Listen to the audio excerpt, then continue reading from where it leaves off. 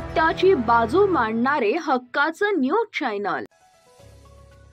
पेण तालुक्यातील गणेश मूर्तिकारांना अवकाळी पावसाचा मोठा फटका। पेण तालुक्यातील गणेश मूर्तिकारांना अवकाळी पावसाचा मोठा फटका बसलाय। गणेशोत्सवाच्या तयारीत असलेल्या या मूर्तिकारांनी अनेक मूर्ती तयार केल्या होत्या, परंतु पावसामुळे या मूर्तीचं नुकसान झालंय।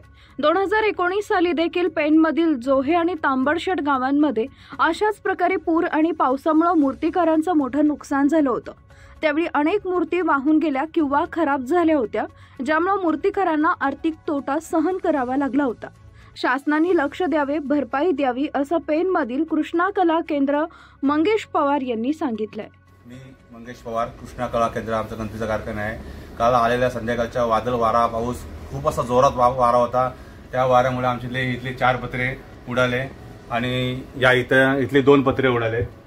या 2 पत्रे आणि इथं सगळे रॅकमध्ये गणपती होते मातीचे, ते आम्ही नेऊन खाली आमच्या घरात ठेवलेत आणि पीओपीचे गणपती पण नेऊन घरात ठेवलेले आहेत। आणि अशा अचानक आलेल्या पावसामुळे आमच्या गणपतीचे भरपूर जणांचं नुकसान झालेलं आहे आणि खूप नुकसान झालेलं आहे। काहीकांचे आमचे पण पत्रे उडाले आहेत, भरपूर जणांचे पत्रे उडाले आहेत आणि सरकारने याच्याबद्दल काय नुकसान भरपाई केली तर बरं होईल। धन्यवाद। अशाच ताज्या बातम्या पाहण्यासाठी सह्याद्री न्यूजला लाईक करा, सबस्क्राईब करा आणि बेल आयकॉन प्रेस करा। धन्यवाद।